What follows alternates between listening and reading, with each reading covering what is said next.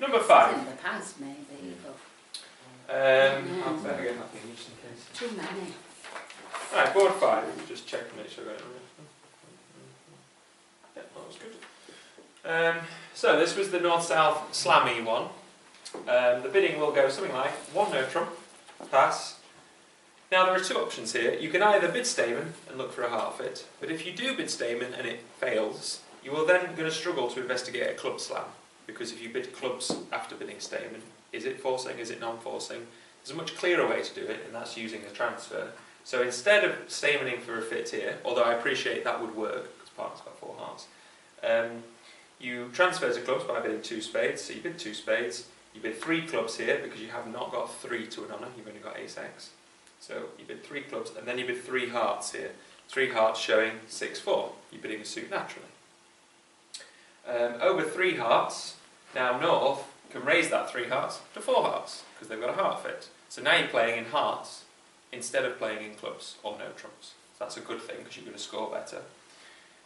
Now, South needs to think, is there a possibility of a slam? Well, you've got a heart fit, and you've got a club fit. The reason you know you've got a club fit is because partner must have at least 2 clubs. So there is a possibility of a slam if your partner's got the right cards. So I think it is worth a try to look for a slam. 2 options. You could bid 4 no trumps, find out about key cards, or you could start control bidding. The reason I would choose to control bid is because this ace is far more important than this ace. Because this ace makes you suit run, this ace only removes 1 loser. So for me there's a big difference there. You probably could not, if the opponents had this ace, you could knock that ace out, but then they might get in with their spade winner if they have one. So I would choose to control bid over 4 hearts by bidding 4 spades, showing the ace of spades. 3 hearts, then 4 hearts has explicitly agreed the suit. So 4 spades must be a slam try of some description, it must be the ace. Over 4 spades, you now can control bid the ace of clubs. That ace, you must be aware as North, that ace is huge, because that is your partner's 6-card suit. So that ace probably goes very nicely with their suit, and as you can see, it's obviously very nice. So when you bid 5 clubs, South should get excited then. They've got 6 running club tricks, you've got a heart fit, and you've got the control in both of the side suits. You will only lose 1 diamond, and you can win the spade lead if they choose to lead a spade. So slam is looking like a good bet now. The reason I wouldn't look for grand slam is because you've only got a 15 count opposite a 14 count, maximum 14 count. So the chance of grand slam is quite slim, because it means the opponents have got at least 11 points between them. So it's quite unlikely you can make all 13 without some clever stuff happening. So I would just jump to 6 hearts here and be happy you found a small slam. You could investigate a grand slam by bidding 6 clubs, showing 2nd round controlling clubs or something, but you need an awful lot from partner to make all 13. So, in the play, West is on lead against 6 hearts. Is West on lead actually? Yeah. Yes, West is on lead, yeah. So West will lead the King of Spades. That is the only lead that gives 6 hearts some trouble, some sweat if you like. On any other lead, your Ace of Spades is still in place when you dislodge their Queen of Hearts, whether you lose it or not, and then you can run all your clubs, discarding all your spades. Because they've led the King of Spades at trick 1, your ace is gone. You should take your ace. And now the big worry is, where is the Queen of Hearts? That's the big worry. If you lose to the Queen of Hearts, they're going to get in and cash their spade pronto. That will take 2 tricks, so that will take you off. So you need to try to not lose the Queen of Hearts. In theory, well, given that we've only got 8 hearts, you should finesse. And you could, in theory, finesse either opponent. You could play the Jack, hoping that West holds the Queen, or you could play low to the Jack, hoping that East holds the Queen.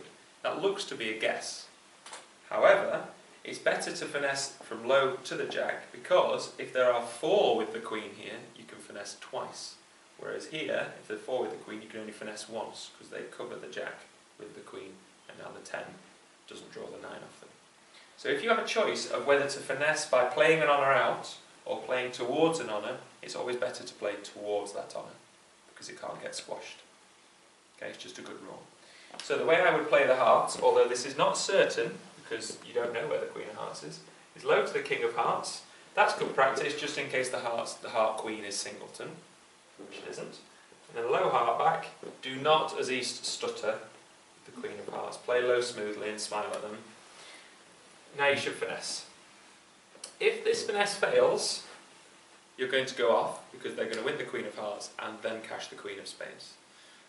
But the 6 hearts is still a good bet because it's quite unfortunate that your partner's Queen of Diamonds is not the Queen of Hearts, because if it was, then you wouldn't have to do any of this messing about. Not only that, they only gave you trouble because they found the right lead. And any other lead, you don't even need to worry about it. However, when this finesse succeeds, you can then cash the Ace of Hearts, and they discard something, drawing the Queen of Trumps, importantly the last trump in the deck. And now you can run 6 rounds of clubs, which we expected to do because we knew from the bidding that our partner had the Ace of Clubs. So you go club, I'm not going to bother doing the defensive ones, so you play 4 rounds of clubs, so you can get rid of 1, 2, 3, 4, and then you can play Ace of Diamonds, trump your diamond here, and trump your spade over there. So you happen to make all 13 because those clubs become a discard source for those losing spades. Okay? If you do lose to the Queen of Hearts because you finessed the wrong way or you play for the drop or something, you will go off because they will cash their spade. Alright? In 6 clubs, if you do finish in 6 clubs, which is also a reasonable contract, you still need to find the Queen of Hearts. And if you do find the Queen of Hearts, you will still make your 6 clubs, potentially 7, depending on what they discard. Okay? You wouldn't ever have a punt at the 6 no trump because you've got solid clubs. Yeah, I don't think 6 no trumps is a good bet because they... Dodgy. Yeah, first of all, from the bidding, you don't know about the Ace of Diamonds in partner, and second of all, it's a bit dodgy, yeah.